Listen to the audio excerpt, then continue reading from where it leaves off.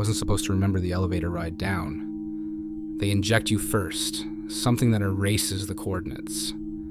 All I know is that the trip from the Capitol to below takes 11 minutes and 52 seconds, and that when the doors open, you can smell ozone, like the air before lightning. They call it Agartha Sector 5, but the people down here just call it the Deep, a city built miles beneath Washington D.C., glowing with a false daylight that never dims. I was recruited after a mass casualty drill at Johns Hopkins. They said I'd be serving continuity.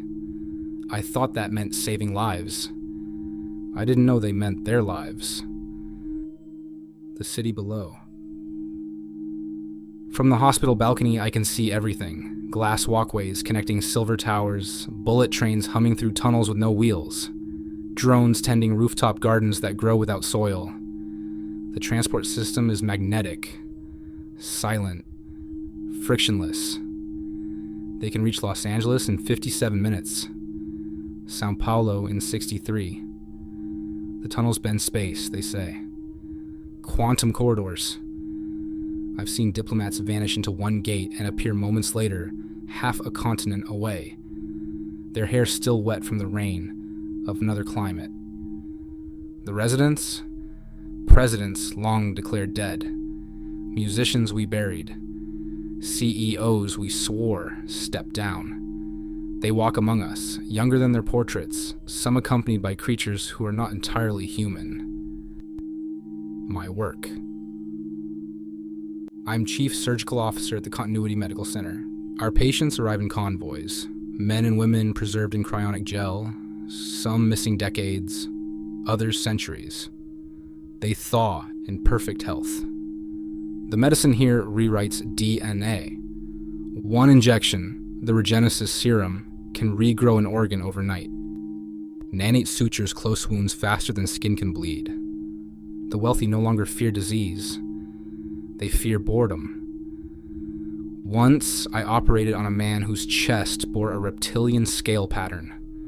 Real scales, iridescent and alive. His blood shimmered green under the light. When I asked what he was, he smiled with vertical pupils and said, "Evolution doesn't stop at the surface." The gatherings.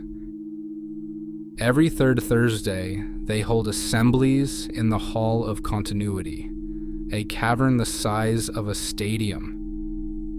I attend as medical support, standing by as senators, monarchs, tech founders, and the few alien guests sit beneath a rotating holographic globe. The guests they call the architects, tall, bone-white beings with slit mouths and eyes like polished stone. They speak through vibration rather than sound. The elites listen like students before gods. One night, I overheard Elon, Bezos, and an old politician whispering, "The surface phase begins soon. They'll never know we left." Another replied, "By the time they see the sky darken, the tunnels will already close." The patients. We're told not to look into the high priority ward, but curiosity kills even the obedient. In one room, I saw a cryo tank labeled Kennedy Prime. Another, Diana 2.1. I swear I saw them breathing. There's a wing of cloned bodies suspended in light. Continuity shells, they say. Backups in case the originals die. I once treated a wounded soldier who recognized his own face among them. He screamed until they sedated him. They keep reptilian hybrids in a separate sector. The ambassadors. Their scales glisten like oil, and their voices hum at a frequency that makes the bones in your ears ache. They talk about rebuilding the surface after the solar cleansing. The truth. Tonight, I received an emergency call. A patient coded blue, something huge.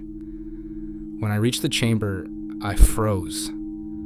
On the table lay a creature with translucent skin and no eyes. Its heart pulsed visibly, glowing cobalt. The chart read, Origin, Kepler 62 system, arrival via Gate B, Brazil corridor. I asked how a being from another star got to Brazil in an hour. The nurse whispered, "The corridors don't just bend space, they bend reality." The creature opened its mouth. "Doctor," it said in a perfect human voice, "the world above is ending." But you already knew that, didn't you? Then its pulse merged with the monitor's, one long continuous tone, and every light in the hospital flickered. The collapse. As I write this, alarms echo through the deep. The intercom repeats, "Surface breach detected. Evacuation through level 7 corridors." But the corridors don't lead up, they lead deeper. Through the glass walls, I see the elites boarding sleek black trains. Some carry briefcases, others carry children that don't blink. A man I recognize, a president from 2 terms ago, shakes my hand and thanks me for service to the next world. Then he steps onto the train, and it vanishes into light. Final entry. I've decided not to follow. I can hear the surface rumbling above. Maybe thunder, maybe war. The doctors who remain are sealing the wards. In the reflection of the operating glass, I catch my eyes glowing faintly. Not blue, not green, something between. Maybe I've been changed too. Maybe that's why they let me remember. If anyone finds this recording, know this. Beneath Washington lies a civilization more advanced, more alive, and more corrupt than anything the world has ever imagined.